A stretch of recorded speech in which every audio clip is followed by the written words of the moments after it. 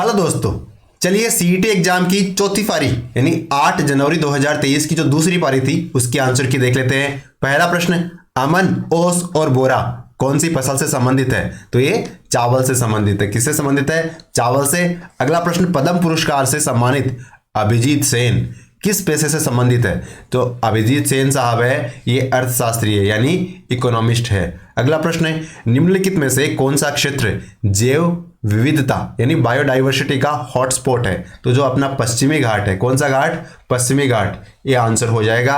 अगला प्रश्न, निम्नलिखित में से कौन सी फसल राजस्थान में जायद के मौसम में उत्पादित नहीं की जाती है? तो इसका आंसर होगा जो सोयाबीन है, ये जायद के मौसम में उत्पादित नहीं की जाती है। अगले प्रश्न में चलते हैं।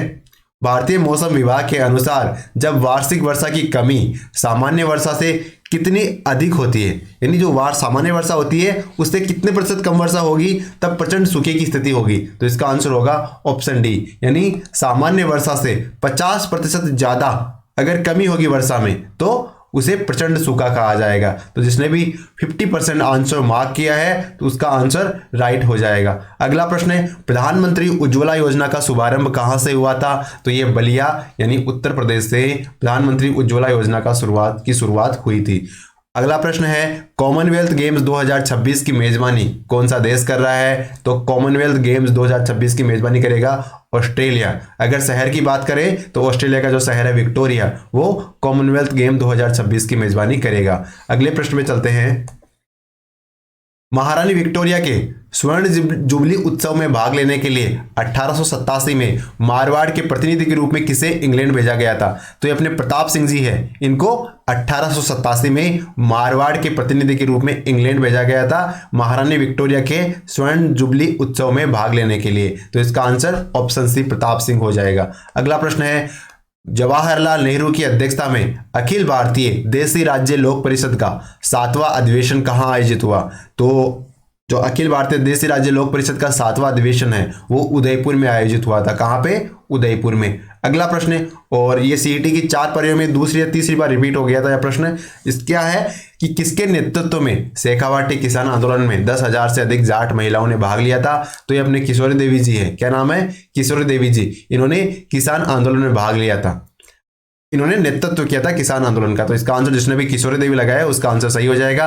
अगला प्रश्न है, जय सिंह द्वितीय ने निम्न में से किस जगह वेधशाला नहीं बनवाई? तो जय सिंह जी ने कहां पे वेधशाला नहीं बनवाई? तो उन्होंने आगरा में वेधशाला नहीं बनवाई थी। कहां नहीं बनवाई? आगरा इसका आंसर होगा। इंदिरा गांधी नहर परियोजना में लिफ्ट नहरों की संख्या कितनी है? यानी इंदिरा गांधी नहर परियोजना में कितनी लिफ्ट नहरें हैं? तो इसका आंसर है ऑप्शन डी यानी 7। इंदिरा गांधी नहर परियोजना में कितनी लिफ्ट नहर है? तो ये 7 लिफ्ट नहर है।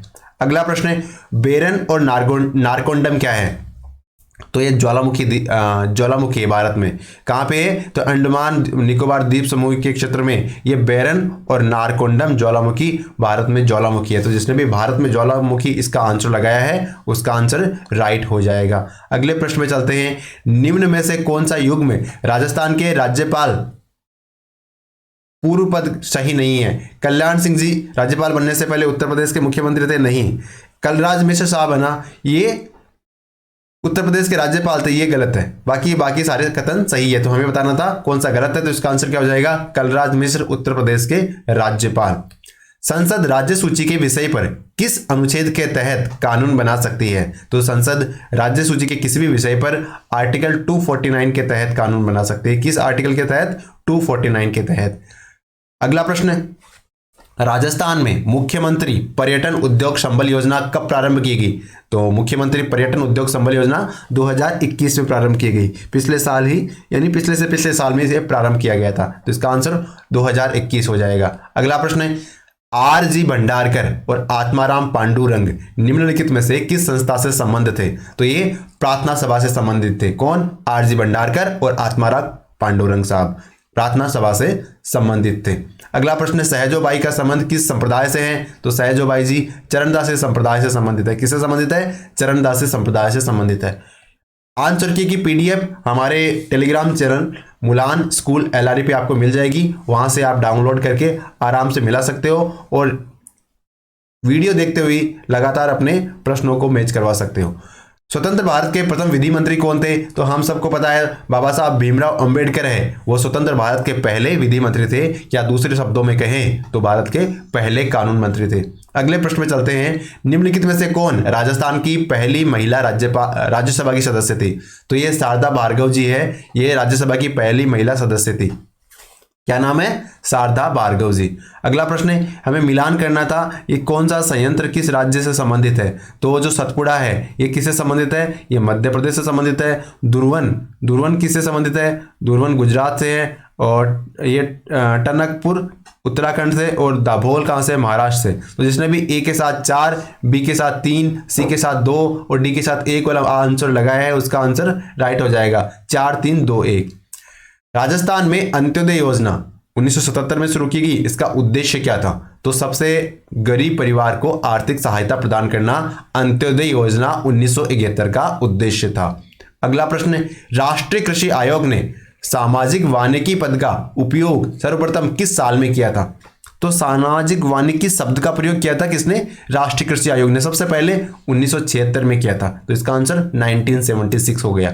अगला प्रश्न है, मुगल सम्राट शाहजहां के समय से ही प्रसिद्ध नाहर नृत्य का आयोजन कहाँ किया जाता है? तो मांडल है, जो भीलवाड़ा में पड़ता है मांडल, वहां पे ये नाहर नृत्य का आयोजन किया जाता है। रूपायन संस्थान कहाँ पे है? तो जो बोरुंदा है वहां पे रूपायन संस्थान अवस्थित है। और इंदिरा गांधी महिला शक्ति उड़ान योजना संबंधित है किससे? तो प्रजनन आयु की लड़कियों और महिलाओं को मुफ्त सैनिटरी नैपकिन का वितरण करना।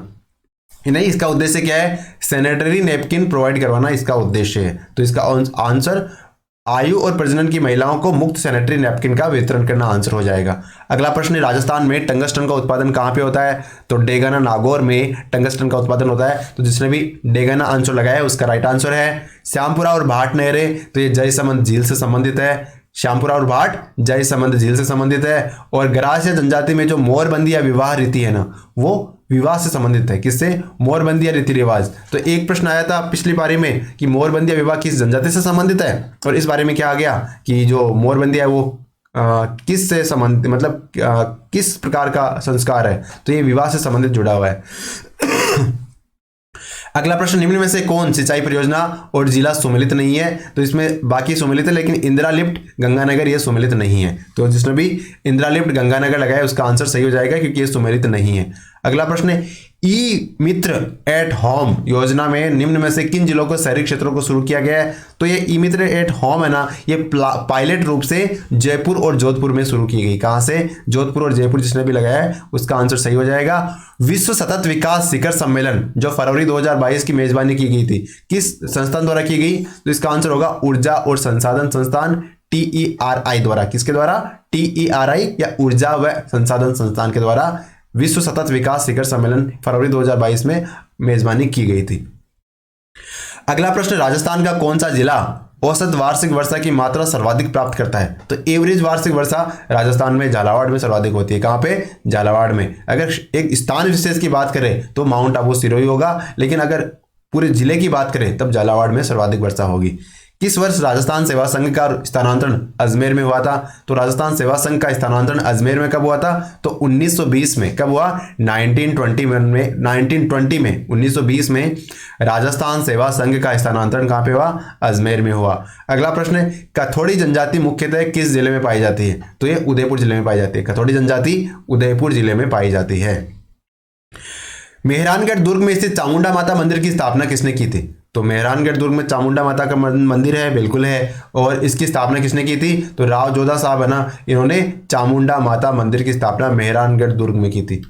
निम्नलिखित में से कौन सा संरक्षित क्षेत्र झुंझुनू जिले में विस्तृत नहीं है? तो देखो, गोगेलाव है ना, वो नागौर में। साकंबरी, बीड़ और मनसा माता तो झुंझुनू की है, और गोगेलाव कहाँ का है? नागौर का। तो जिसने भी गोगेलाव लगाया है उसका आंसर सही हो गया। मेवाड़ राज्य में महकमा खास की स्थापना किसने की थी? तो महाराणा शंभू सिंह ने। किसने? महाराणा शंभू सिंह ने मेवाड़ राज्य में महकमा खास की स्थापना करी थी। अगला प्रश्न, निम्नलिखित में से कौन सा कृषि क्षेत्र भारत सरकार की बाजार हस्तक्षेप योजना के अंतर्गत आता है? तो इसमें जो बागवानी है वो आएगा। जिसने भी बागवानी आंसर लगाया है उसका राइट आंसर हो गया। भारतीय गन्ना अनुसंधान संस्थान Indian institute of sugarcane research कहां पे है? तो ये अपने मुस्कुराइए आप, लखनऊ में। कहां पे है? मुस्कुराइए, आप लखनऊ में हैं तो मुस्कुराइए, आपने लखनऊ लगाया तो आपका आंसर राइट हो गया। साहित्य और साहित्यकार के युग में से आपको असंगत छांटना था, यानी जो सही नहीं है वो छांटना था, तो इसका आंसर राजवल्लभ बना। वो मंडन की है ना कि महाराणा कुंभा की, तो इसका आंसर हो जाएगा राजवल्लभ महाराणा कुंभा। अगला प्रश्न है, अधोलिखित में से कौन सा युग में प्राचीन अंचल आधुनिक जिलों का सही सुमेलित नहीं है? तो इसमें जो वागड़ वाला है वो सीकर झुंझुनू सही नहीं है, बाकी सारे सही है, यानी सीवी चित्तौड़गढ़ उदयपुर, सपादलक अजमेर नागौर और आरबुद्देश सिरोही सही है। यानी जो ए वागड़ सीकर और झुंझुनू के लिए वागड़ का है ना वो सही नहीं है, तो इसका आंसर ऑप्शन ए हो जाएगा। अगला प्रश्न है, भारत के संविधान का कौन सा संविधान संशोधन अधिनियम राजस्थान मंत्री परिषद के आकार को सीमित करता है? तो जो 91वां संविधान संशोधन है उसके माध्यम से क्या कहा गया था कि जो विधानसभा की क्षमता है उसके 15% ही अधिकतम मंत्री हो सकते हैं। तो राजस्थान से अधिकतम कितने मंत्री हो सकते हैं? 30 मंत्री हो सकते हैं। और कौन सा संविधान संशोधन था? तो ये 91 नंबर का जो संविधान संशोधन था ये मंत्री परिषद के आकार को सीमित करता है। अगला प्रश्न है, RTGS यानी रियल टाइम ग्रॉस सेटलमेंट का लाइव इन यानी जीवंत प्रचालन कब प्रारंभ हुआ है? यानी यूं कह सकते हैं कि RTGS कब इफेक्टिव हुआ था? तो ये कब इफेक्टिव हुआ था? 2004 में। इसके माध्यम से क्या हुआ था कि आप 2 लाख रुपए से अधिक के पैसे इधर से आपके अकाउंट से कटेंगे और उधर दूसरे के खाते में जहां भेजने हैं वहां पे फटके आ जाएंगे। निम्नलिखित में से किस जिले में गोडवाड़ी बोली बोली जाती है? तो जालोर जिले में गोडवाड़ी बोली जाती है। कहां पे? जालोर जिले में। अगला प्रश्न, अंतर्राष्ट्रीय स्तर पर ख्याति प्राप्त जो जानकीलाल भांड साहब है उनका संबंध किस लोक नाट्य से है? तो ये स्वांग नाट्य से संबंधित है। किससे? स्वांग नाट्य से। अगला प्रश्न है, निम्न में से किसे भूदान और कूपदान कार्यक्रमों में उनकी सक्रिय भागीदारी के कारण भारत सरकार ने 1956 में पद्म विभूषण से सम्मानित किया था? तो 1956 में पद्म विभूषण किसे दिया गया था? तो ये जानकी देवी बजाज जी को दिया गया था। किसके दिया गया? जानकी देवी जी बजाज को यह पुरस्कार दिया गया। राजस्थान की बांका पट्टी किस समस्या से ग्रसित है? तो ये फ्लोराइड की समस्या से ग्रसित है। बांका पट्टी नागौर और अजमेर के बीच में अवस्थित है जो फ्लोराइड की समस्या से ग्रसित है। अगला प्रश्न है, राजस्थान के किस जिले में जिप्सी फेरस मृदा मिलती है? तो मैंने आपको बताया था कि जिप्सी कहाँ फेरते हैं, तो बीकानेर के जो टिब्बे हैं वहां पे जिप्सी फेरते हैं, तो इसका आंसर ऑप्शन सी बीकानेर हो जाएगा। बूंदी स्थित रंग महल जो सुंदर भित्ति चित्रों से सुसज्जित है किसने बनवाया था? तो ये राव छत्रसाल साहब है, इन्होंने रंग महल बनवाया था बूंदी जिले में। किसने बनवाया? राव छत्रसाल, इसका आंसर हो जाएगा। और जो रीट मेंस की तैयारी कर रहे हैं उनको बता देना चाहता हूं कि आप हमारी टेस्ट सीरीज से जुड़ सकते हैं, पूरी तरह से निःशुल्क है और अच्छी क्वालिटी की PDF साथ ही साथ वीडियो टेस्ट आपको मिल जाएगा। 25 दिसंबर से शुरू हो गई थी और अब तक 4 टेस्ट इसमें कंप्लीट हो चुके हैं और इसमें पूरे सिलेबस को कवर करते हुए पूरी तरह से परीक्षा के अनुरूप डिजाइन करने का प्रयास किया गया है। अगले प्रश्न पे चलते हैं, पृथ्वीराज की 12 खंभों की छतरी निम्नलिखित में से किस किले में स्थित है? तो पृथ्वीराज की जो 12 खंभों की छतरी है वो किस किले में है? तो ये होगी कुंभलगढ़ किला। किस किले में? कुंभलगढ़ किला, इसका आंसर होगा ऑप्शन ए। अगला प्रश्न है, राजस्थान मूल के प्रख्यात शास्त्रीय वादक रामनारायण और सुल्तान खान का संबंध किस वाद्य यंत्र से है? तो ये सारंगी वाद्य यंत्र से संबंधित है। किससे? सारंगी से। अगला प्रश्न, भारत में सबसे छोटा यानी छोटी लंबाई में राष्ट्रीय राजमार्ग कौन सा है? तो NH 548 है। ये भारत में सबसे छोटा राष्ट्रीय राजमार्ग है यानी नेशनल हाईवे है। भारत में कृषि आय की गणना किस विधि से की जाती है? तो भारत में जो एग्रीकल्चर इनकम है इसकी गणना निर्गत विधि से की जाती है। किस विधि से? निर्गत विधि से इसकी गणना करते हैं। अगला प्रश्न है, राजस्थान में 20 सूत्री कार्यक्रम 2006 में से कौन सा बिंदु इसमें शामिल नहीं है? तो इसमें शहरी सड़कें शामिल नहीं है, बाकी किसानों को सहायता, श्रमिक कल्याण और गरीबी उन्मूलन शामिल है, लेकिन शहरी सड़कें शामिल नहीं है। तो ये हमारा आंसर हो जाएगा। अगला प्रश्न है, राजस्थान की उप मुख्यमंत्रियों के बारे में कौन सी जोड़ी सही है? तो कमला बेनीवाल जी राजस्थान की उप मुख्यमंत्री रही है, बिल्कुल रही है। और सचिन पायलट साहब राजस्थान के उप मुख्यमंत्री रहे हैं, बिल्कुल सही है। तो इसका आंसर ऑप्शन डी हो जाएगा। अगला प्रश्न है, पूर्व पश्चिम गलियारा राजस्थान के किस जिले से नहीं गुजरता? तो देखो 12 से गुजरता है, कोटा से गुजरता है, बूंदी से गुजरता है, लेकिन झालावाड़ से नहीं गुजरता। तो इसका आंसर ऑप्शन सी झालावाड़ हो जाएगा। अगला प्रश्न, वर्तमान में राजस्थान विधानसभा की महिला और बाल कल्याण संबंधी समिति के अध्यक्ष कौन है? तो श्रीमती अनिता बघेल साहब है, अनिता बघेल मैडम है, वो राजस्थान विधानसभा की महिला और बाल कल्याण संबंधी समिति की अध्यक्षा है। अगले प्रश्न में चलते हैं, वित्त वर्ष 2021-22 में राजस्थान के 6वें राज्य वित्त आयोग द्वारा अनुशंसित अनुदान राशि को जिलेवार वितरण करना था। तो इसमें जो होगा 1 के साथ 1, 2 के साथ 2, 3 के साथ 3, यानी जिला परिषद 5%, पंचायत समिति 20% और ग्राम पंचायतों की हिस्से में सर्वाधिक आता है कितना? 75%। अगला प्रश्न, सूचना के अधिकार अधिनियम 2005 का उद्देश्य प्रशासन में पारदर्शिता और उत्तरदायित्व लाना है। और कथन 2 है, अरुणा राय ने उस आंदोलन का नेतृत्व किया जिसने सूचना के अधिकार अधिनियम के अधिनियमित होने का मार्ग प्रशस्त किया था। तो ये दोनों ही कथन सत्य हैं, है ना। तो इसमें जो जिसने भी दोनों कथन सत्य लगाया है उसका आंसर राइट हो जाता है। राजस्थान राज्य सूचना आयोग सूचना नहीं देने पर अधिकतम कितनी राशि का जुर्माना आरोपित कर सकता है? तो इसमें अधिकतम 25,000 का जुर्माना आरोपित किया जा सकता है। कितने रुपए का? 25,000 का। टोंक जिले की जनकपुरा और कुशालपुरा खानें जिस खनिज के उत्पादन हेतु जानी जाती है वो कौन सा है? तो वो गार्नेट है। टोंक जिले की जनकपुरा और कुशालपुरा खानें गार्नेट से संबंधित है। अगला प्रश्न, हाल ही में सितंबर 2022 को देश के प्रधानमंत्री ने राजस्थान का दौरा किया था। तो बांग्लादेश के प्रधानमंत्री ने राजस्थान का दौरा किया और ये अपने अजमेर जो ख्वाजा मोइनुद्दीन चिश्ती की दरगाह है वहां पे इन्होंने जियारत करी थी। राजस्थान की किस चित्र शैली में नारियों को शिकार करते हुए दिखाया गया है? तो एक कोटा की चित्र शैली है ना, इसमें नारियों को शिकार करते हुए दर्शाया गया है। मेवाड़ पुकार 21 सूत्रीय मांग पत्र मोतीलाल तेजावत साहब ने लिखा था। इसका answer option B Motilal Tejawat हो जाएगा। भारतीय हरित क्रांति की शुरुआत किस विश्वविद्यालय से हुई थी? तो हमने बहुत बार पढ़ा है कि पंतनगर विश्वविद्यालय है ना, यहां से भारतीय हरित क्रांति की शुरुआत हुई थी।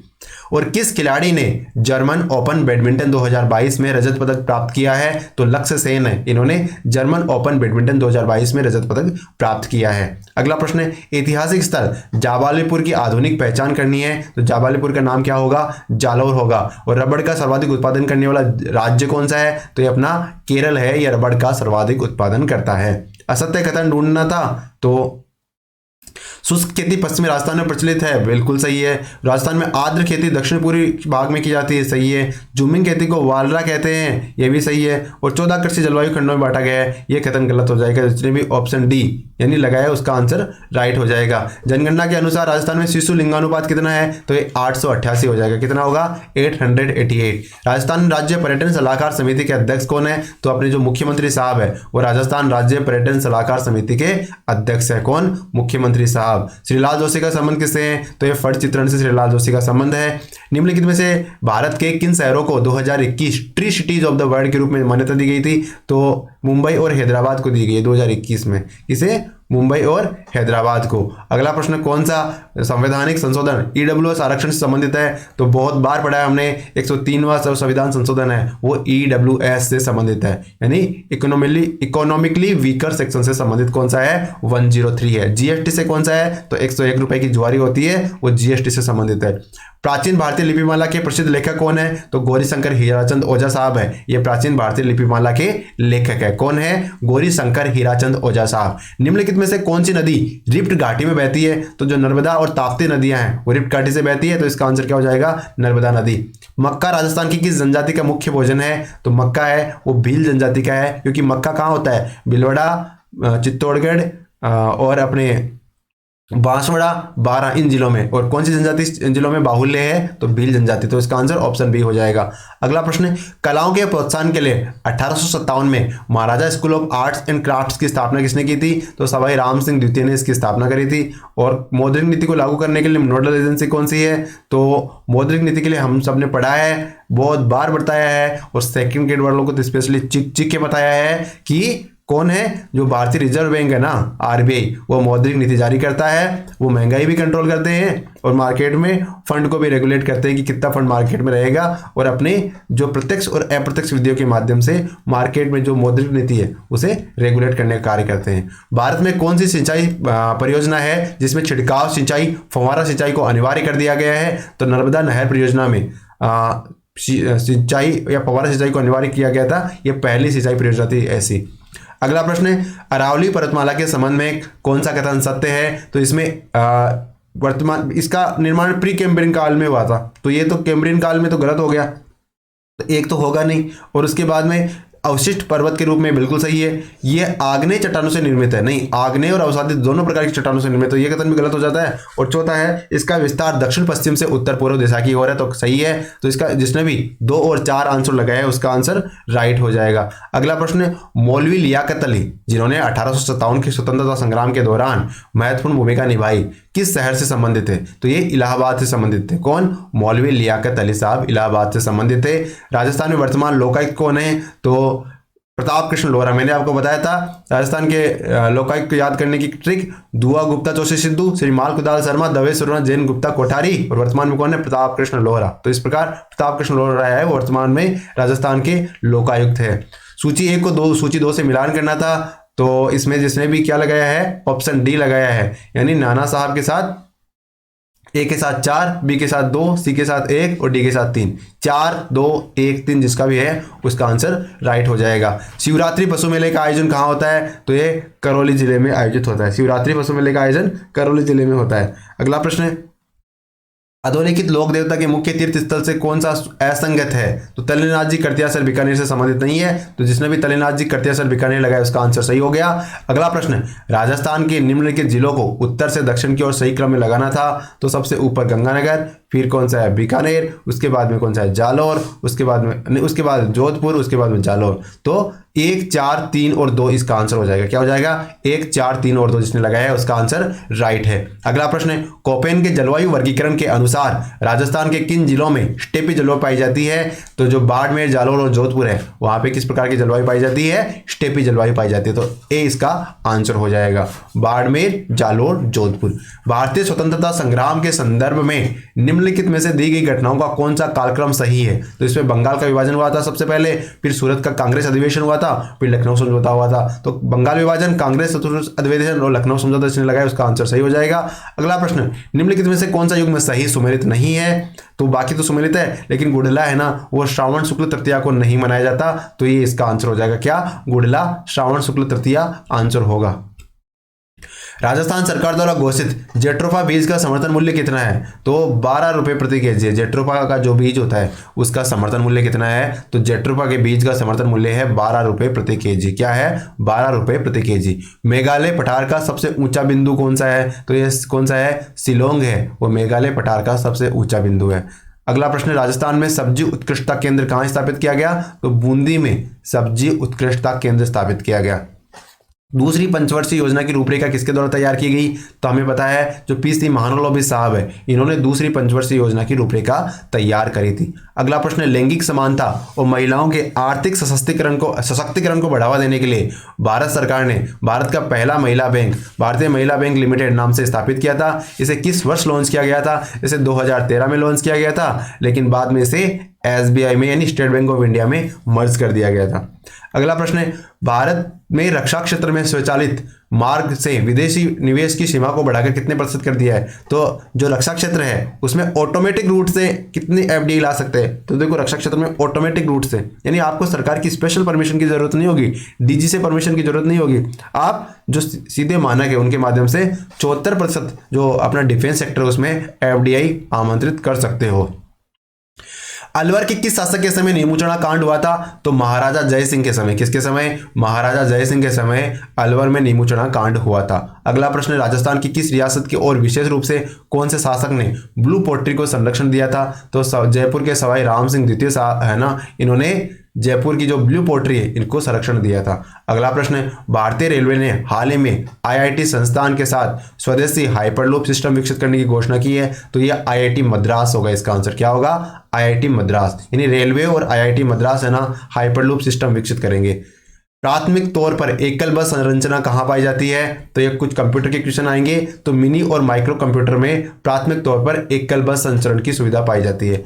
कौन सा एंटीवायरस सॉफ्टवेयर नहीं है? तो फेडोरा है ना, ये एंटीवायरस सॉफ्टवेयर नहीं है। कौन सा? फेडोरा। अगला प्रश्न, निम्नलिखित में से कौन सा एक साउंड फाइल फॉर्मेट है? तो वेव फाइल है, वो क्या है? वो साउंड फाइल फॉर्मेट है। कौन सी? Wave file. अगला प्रश्न, निम्नलिखित में से कौन सा अनुचित युग्म है? तो बाकी तो उचित है, लेकिन ये जो 132 कॉलम प्रिंटर, इंकजेट प्रिंटर, ये वाला विकल्प है, ये इसका आंसर होगा क्योंकि ये अनुचित युग्म है।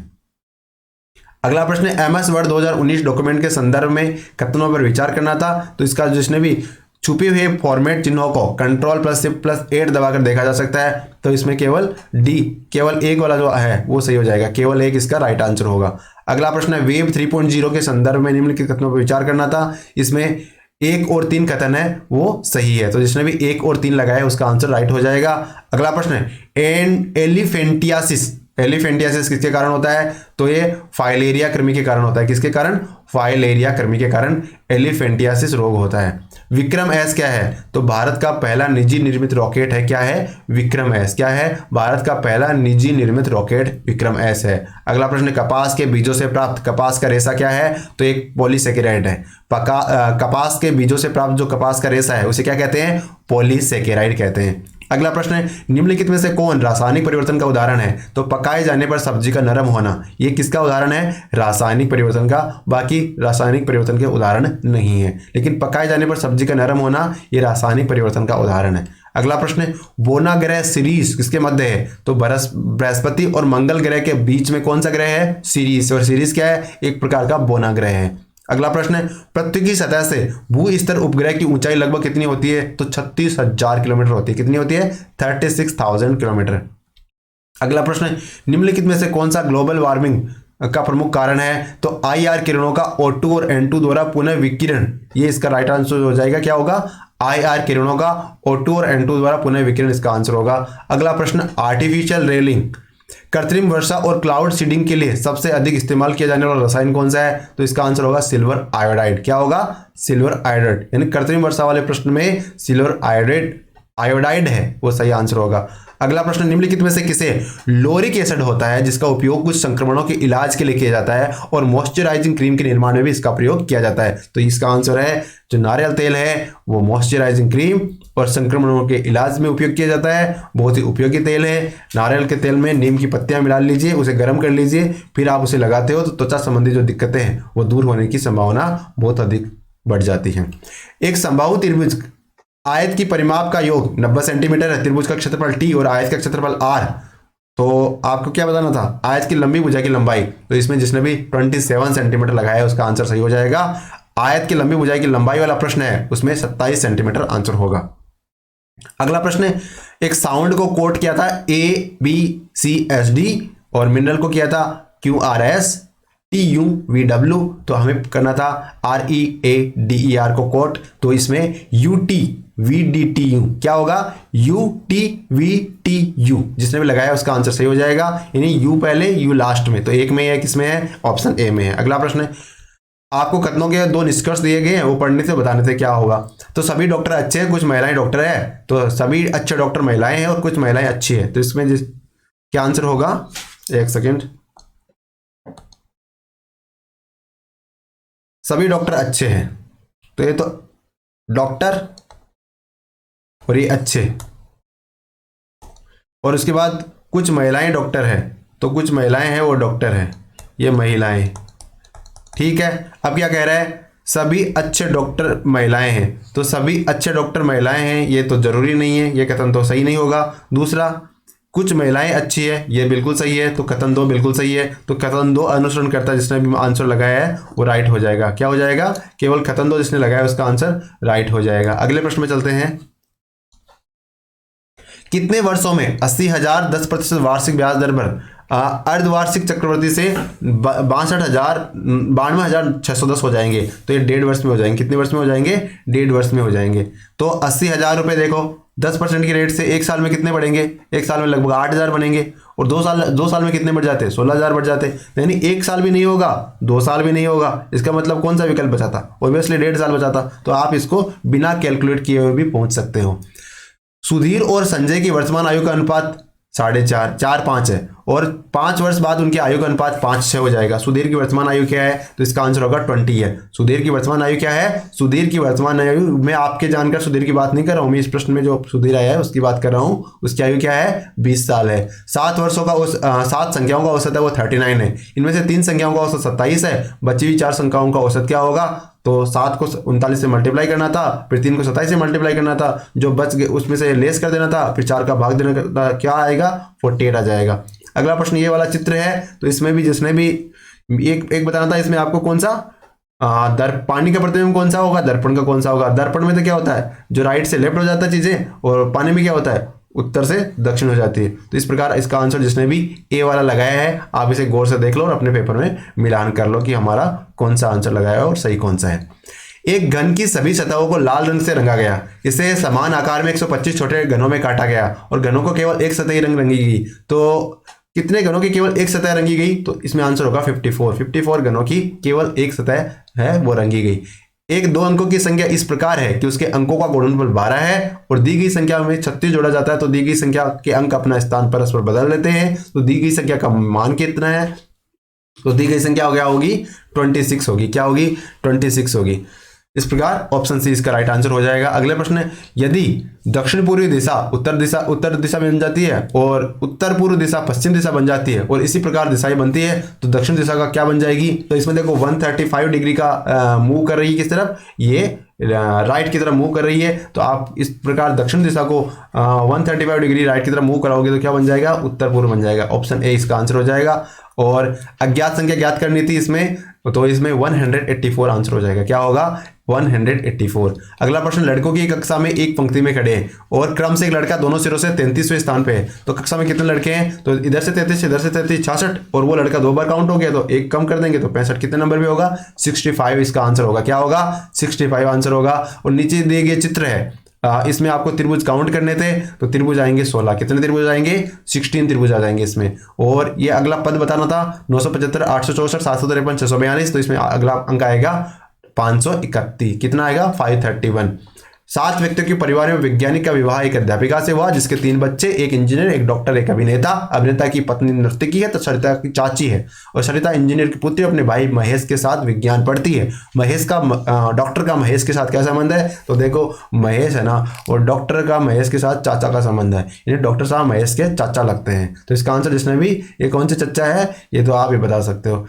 अगर हिंदी के प्रश्न देख लेते हैं, समास विग्रह की दृष्टि से असंगत विकल्प चुनना था, तो इसका आंसर जो चक्षु सर्वा लगाया, जिसने भी क्या लगाया है, चक्षु सर्वा, ऑप्शन ए लगाया है, उसका आंसर राइट हो जाएगा। क्या लगाया है, ऑप्शन ए चक्षु सर्वा, इसका आंसर हो जाएगा। अगला प्रश्न है, निम्न में से किस शब्द का संधि विच्छेद असंगत है, तो ज्योतिष चक्र का क्या होगा, ज्योति प्लस चक्र, इसका सही आंसर होगा। क्या होगा, ऑप्शन ए, ये असंगत है। निम्न में से कौन सी कार्यालय पत्र की विशेषता नहीं है, तो कार्यालय पत्र की विशेषता कौन सी नहीं है, पत्र सामासिक और आलंकारिक होनी चाहिए, ये विशेषता नहीं है, तो ऑप्शन बी इसका राइट आंसर हो जाएगा। अगला प्रश्न, असंगत विकल्प चुनना था, तो इसमें ऑप्शन सी जो सौकुमारे 2 उपसर्गों से निर्मित शब्द है, ये वाला सही आंसर है। क्या होगा, सौकुमारे 2 उपसर्गों से निर्मित शब्द सही आंसर होगा। अगला प्रश्न है, अशुद्ध शब्द समूह के विकल्प का चयन करना था हमें, तो इसमें अशुद्ध शब्द कौन सा होगा।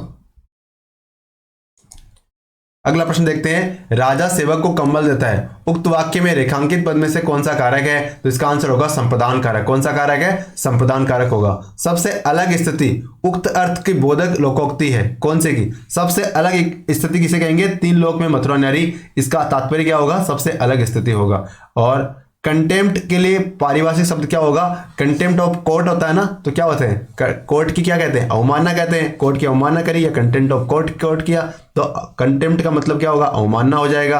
और असंगत विकल्प का चयन करना था, तो अदम, महान और आज्ञा अनुज्ञा इसका राइट आंसर होगा। जिसने भी अदम, महान और आज्ञा अनुज्ञा लगाया उसका आंसर राइट है। अरण्य का पर्यायवाची, अरण्य का हमें बताया, अरण्य का मतलब होता है कानन, कानन माने जंगल, इसका आंसर हो जाएगा। और जिसने भी ऑप्शन ए कानन लगाया उसका आंसर सही हो जाएगा। अब कुछ इंग्लिश के प्रश्न है वो देख लेते हैं। In the olden days street theatre, इसमें आंसर होएगा वॉज रिस्ट्रिक्टेड टू विलेजर्स और small localities of the city, तो जिसने भी वॉज रिस्ट्रिक्टेड लगाया वो सही हो जाएगा।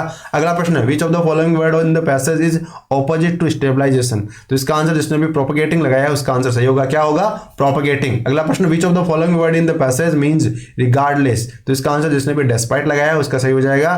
रिगार्डलेस का डेस्पाइट आंसर होगा। अगला प्रश्न, चूज द करेक्ट ऑप्शन, तो इसमें जो डी नंबर में लिखा है I was asked my name by the interviewer, इसका राइट आंसर क्या होगा, I was asked my name by the interviewer। अगला प्रश्न है, sugar is good for our health, तो सुगर तो काउंटेबल नहीं है, तो इसमें नो आर्टिकल यूज होगा। क्या होगा, नो आर्टिकल। अगला प्रश्न है, give one word substitute for free from disturbance, तो इसे कहेंगे ट्रंकल। क्या कहेंगे, ट्रंकल कहेंगे। तो इसने भी ऑप्शन ए ट्रंकल लगाया उसका आंसर राइट है। और choose the meaning of the underlined phrase और आइटम। तो फ्रेज क्या है, प्लेड डक्स एंड ड्रैक्स, तो इसका आंसर होता है स्पेंट लेविशली, यानी बिना किसी सोच विचार के खर्च करते रहना, लगातार खर्च करते रहना, उसे कहते हैं प्लेड डक्स एंड ड्रैक्स। अगला प्रश्न है, ये स्पेस में फिल करना था हमें, सी इज ग्रेटफुल, इसके साथ पहले के साथ डी आएगा, यानी to her friend for help. और इस प्रकार जिसने भी DABC लगाया है उसका आंसर राइट है क्या, DABC। अगला प्रश्न है, choose the correct form of the verb tense to complete the sentence from the given option. तो जिसने भी हैज बीन स्लीपिंग लगाया उसका आंसर राइट हो जाएगा। और अगला प्रश्न, pick up the correct answer from the given options. John said I waited for Lisa till 10 o'clock, change into indirect speech. तो हमारा आंसर क्या होगा, John said that he has waited for Lisa till 10 o'clock, इसका right answer हो जाएगा। इस प्रकार जिसने भी John said that he had weighted for Lisa till 10 o'clock जिसने लगाया उसका आंसर राइट हो जाएगा। इस प्रकार हमने चौथी पारी की आंसर की देख ली है। किसकी, फोर्थ शिफ्ट की, यानी 8 जनवरी को जो दूसरी शिफ्ट थी उसकी आंसर की देख ली है। उम्मीद है आपको अपने सवालों के सही जवाब मिले होंगे। बाकी फाइनल उत्तर तो बॉस का ही माना जाएगा, यानी जो बोर्ड आंसर मानेगा वही अंतिम होगा। और अगर आप रीट मेंस की तैयारी कर रहे हैं तो हमने 50 डेज 50 टेस्ट सीरीज चला रखी है, 4 टेस्ट कंप्लीट कर लिए हैं और बाकी टेस्ट आने वाले समय में कंप्लीट हो जाएंगे। वीडियो की क्वालिटी कैसी है, क्वेश्चंस की क्वालिटी कैसी है, आप एक वीडियो देख लो, है ना, तो आपको पता लग जाएगा। अगर क्वालिटी अच्छी है तो लगातार बने रहो, अन्यथा जहां से आप तैयारी कर रहे हो वहां से करते रहो। Thank you friends.